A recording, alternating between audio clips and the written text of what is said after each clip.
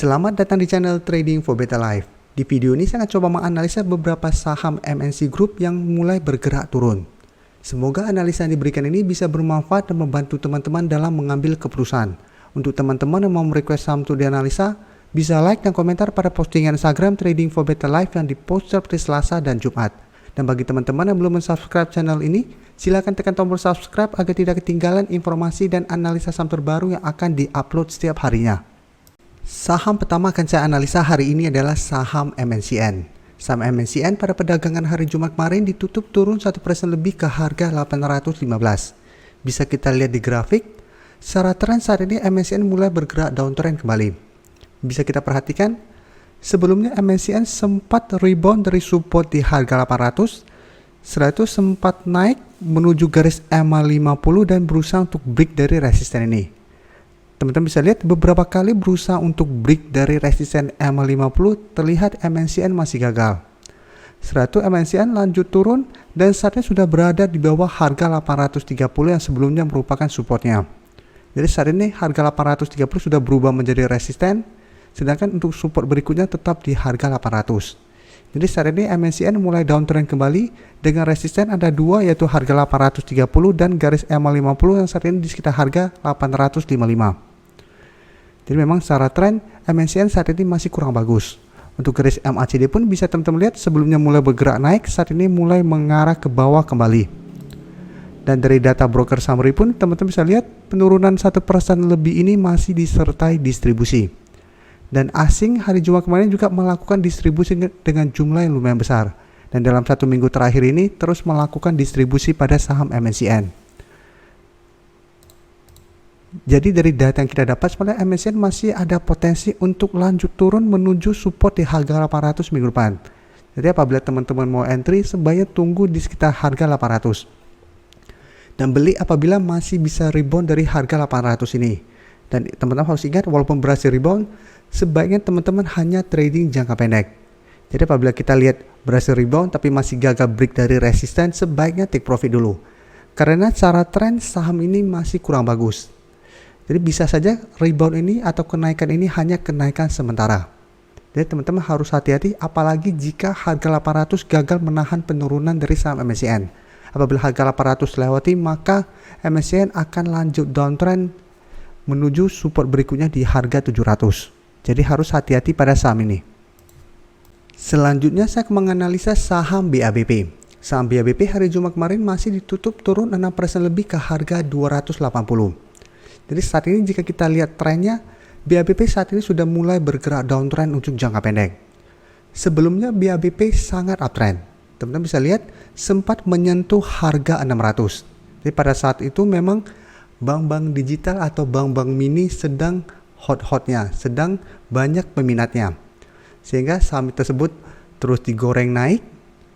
Dan setelah mulai ada rencana reissue dan saat ini sedang pelaksanaan reissue, BABP sudah mulai ditinggalin. Jadi secara tren juga sudah mulai bergerak downtrend kembali.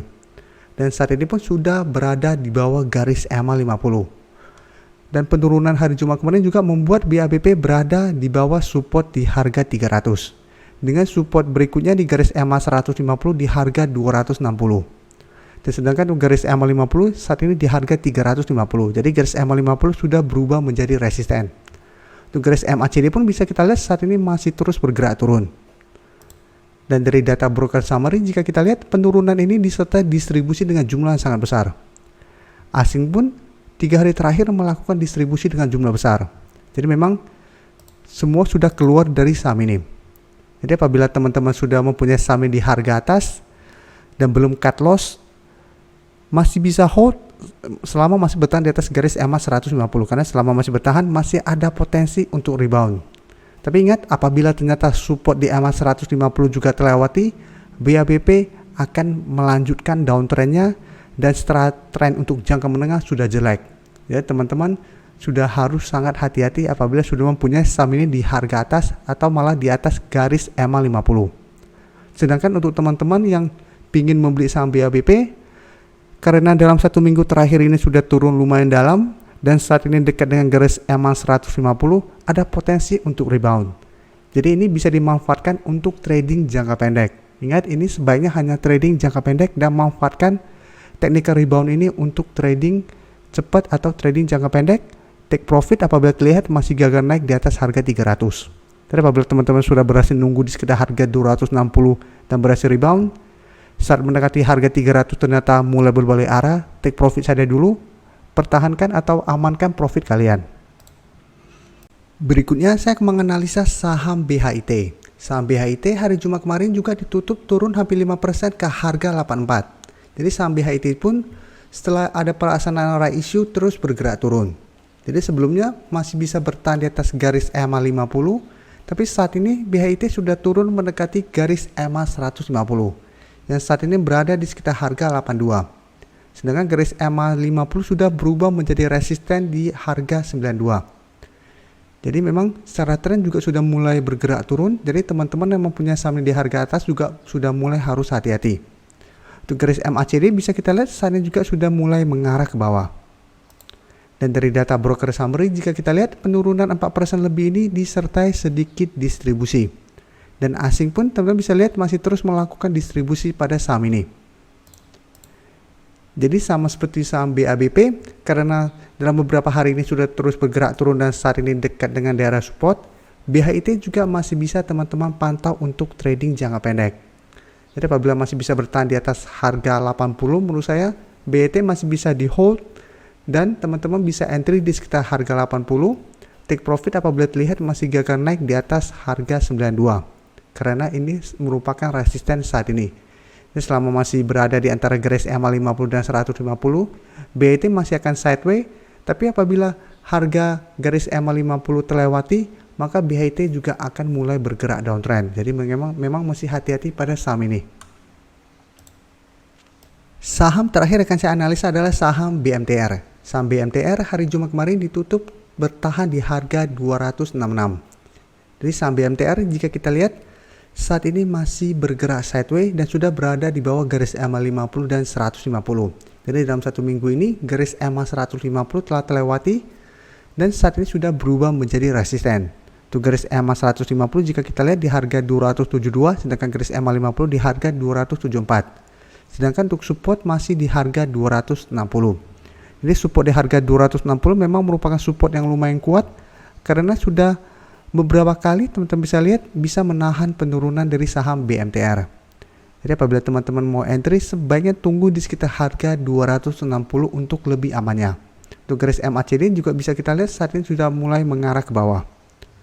Dan dari data broker summary pun bisa kita lihat masih ada distribusi. Sedangkan asing melakukan sedikit akumulasi.